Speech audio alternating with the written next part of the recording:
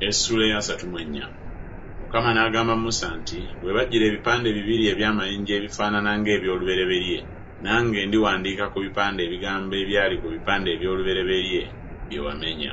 Era enkya obenga weeteeseteese olinnye enkya ku lusozi Sinaayi, weeragire okwo gye ndi ku ntikko y'olusozi. So tewaabe muntu alinnya naawe, so n'omuntu yenna alema okulabikira ku lusozi lwonna. Newaakubadde endiga newaakubadde ente bireme okuliira mu maaso g'olusozi olwo. N'abajja ebipande bibiri ebifaanana ng'ebyolubereberye.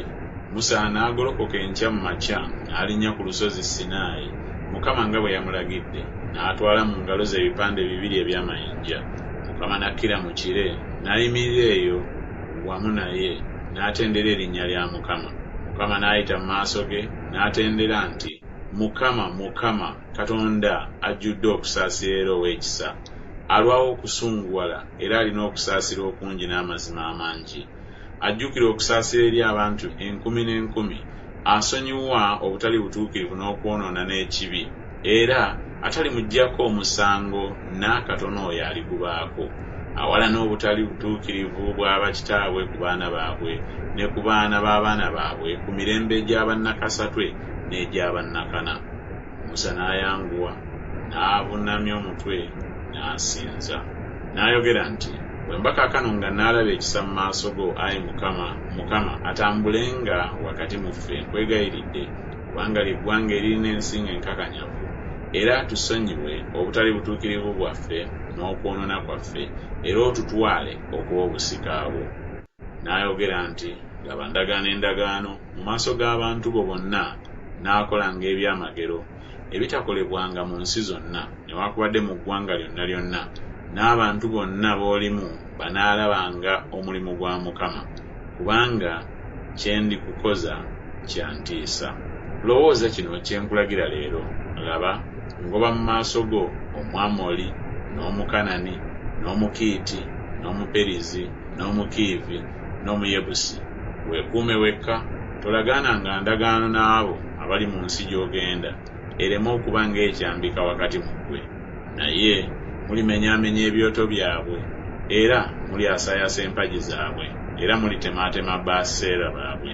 Kubanga toosinzenga katonda mulala yenna, kubanga Mukama erinnya lye wa buggya, ye Katonda ow'obuggya.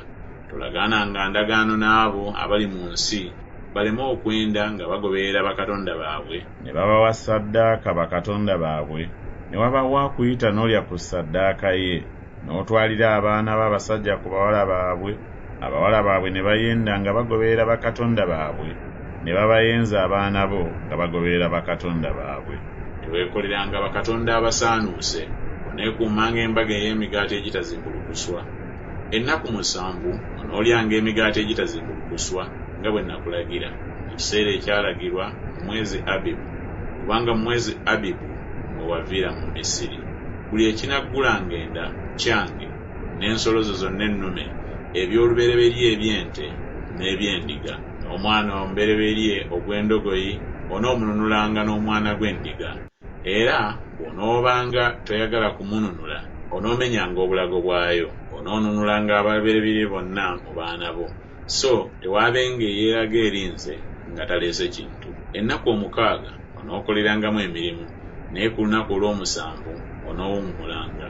Ennaku ze balimirangamu ne mu nnaku ze bakungulirangamu onoowummulanga.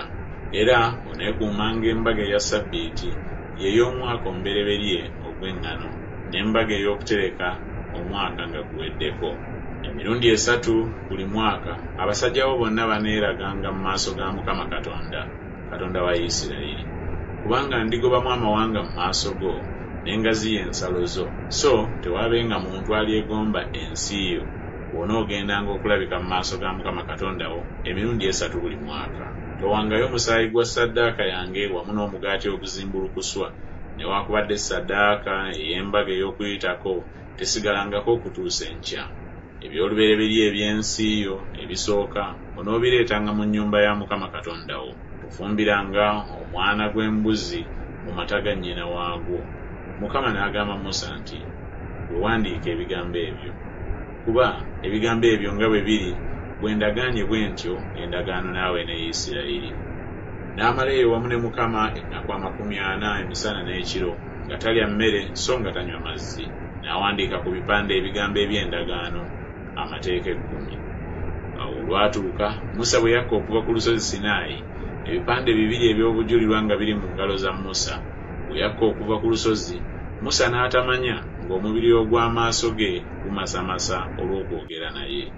Alooni n'abaana bonna aba Isirayiri bwe baalaba Musa, laba omubiri ogw'amaaso ge ne gumasamasa, ne batya okumusemberera. Musa n'abayita, Alooni n'abakulu bonna ab'ekibiina ne badda gy'ali. Musa n'ayogera nabo. Oluvannyuma abaana bonna aba Isirayiri ne basembera, n'abalagira byonna Mukama by'ayogeredde naye ku lusozi Sinaayi. Musa bwe yamala okwogera nabo, n'ateeka ekyokubikka ku maaso ge.